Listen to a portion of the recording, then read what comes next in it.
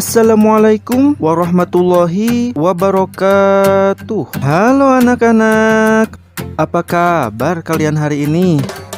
Mudah-mudahan kalian sehat selalu ya. Bertemu lagi bersama saya Pak Fahmi Fazar dalam mata pelajaran PABP. Sebelum kita mulai belajar, mari terlebih dahulu membaca doa memohon ilmu bermanfaat. Allahumma salli wa sallim ala sayyidina Muhammadin miftahi babi rahmatillah adada ma fi ilmillah salatan wa salaman daimaini bidawami mulkillah wa ala alihi wa sahbihi ajma'in. Sudah siap belajar? Oke, mari kita mulai.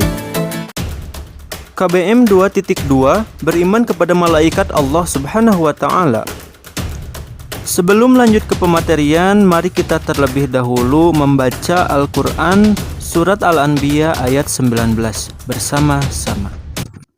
A'udzu billahi minasy syaithanir rajim. Bismillahirrahmanirrahim.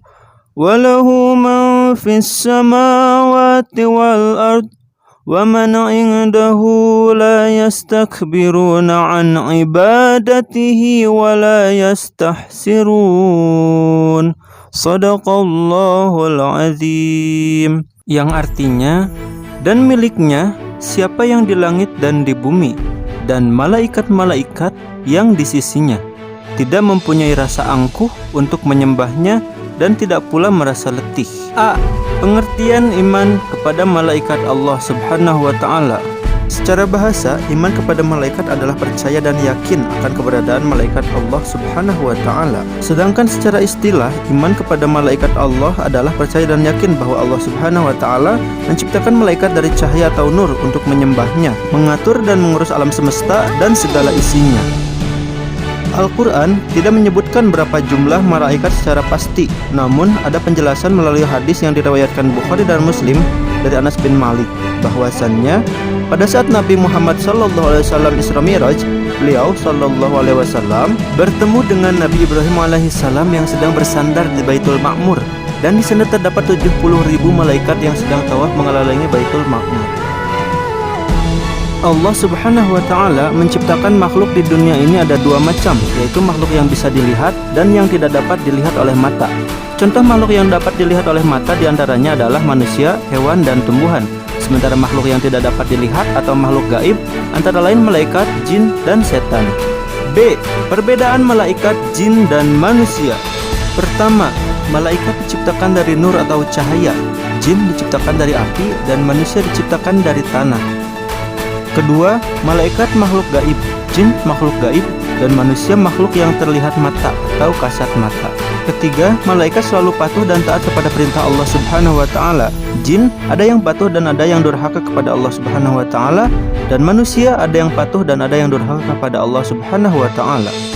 Keempat, malaikat tidak makan dan minum, jin makan dan minum, dan manusia makan dan minum. Kelima, malaikat pikirannya jernih dan lurus, jin pikirannya berubah-ubah, dan manusia pikirannya berubah-ubah. Keenam, malaikat tidak mempunyai nafsu, jin mempunyai nafsu, dan manusia mempunyai nafsu. C. Perilaku yang mencerminkan beriman kepada malaikat Allah Subhanahu wa Ta'ala. 1. Berperilaku jujur, patuh, dan taat. 2. Ikhlas dalam melaksanakan tugas. 3.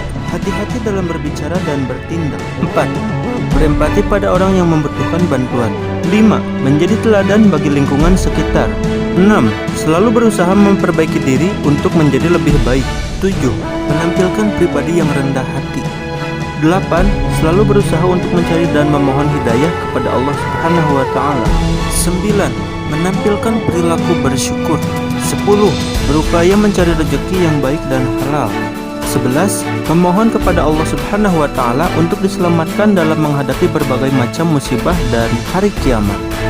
12. Berusaha untuk mempersiapkan diri dalam menghadapi kematian. 13. Memiliki niat yang baik dalam melakukan perbuatan. Terakhir, berpikir positif dan bekerja keras. D. Hikmah beriman kepada malaikat Allah Subhanahu wa Ta'ala. Pertama, memberi motivasi kita untuk selalu taat dan bertakwa kepada Allah Subhanahu wa Ta'ala seperti ketaatan para malaikat. Kedua, malaikat mengawasi perkataan dan perbuatan kita. Ketiga, memberi rasa optimis untuk selalu berusaha karena Allah Subhanahu wa Ta'ala akan memberi ilmu melalui malaikat Jibril dan memberi rezeki melalui malaikat Mikail. Keempat, selalu memohon kepada Allah Subhanahu wa Ta'ala agar diselamatkan dalam menghadapi musibah dan huru-hara dunia maupun saat terjadinya hari kiamat. Kelima, berusaha mempersiapkan diri untuk menghadapi kematian dan selalu berdoa agar terhindar dari siksaan sakaratul maut ketika ajal menjemput kita. Keenam, selalu memohon kepada Allah Subhanahu wa Ta'ala agar dilapangkan di alam kubur dan diselamatkan dari siksa kubur. Ketujuh, selalu memiliki niat baik dalam segala perbuatan, baik ucapan maupun perbuatan. Delapan, menjauhi niat buruk, perkataan yang kotor, perbuatan yang jelek, dan menjauhi perilaku tercela. 9. Memotivasi kita untuk selalu beramal saleh karena bekal itulah yang kita bawa kelak ketika meninggal dunia untuk menghadapi pengadilan Allah Subhanahu wa Ta'ala. 10. Selalu memohon kepada Allah Subhanahu wa Ta'ala agar masuk surga dengan aman, menciptakan kedamaian dan ketentraman di dunia ini.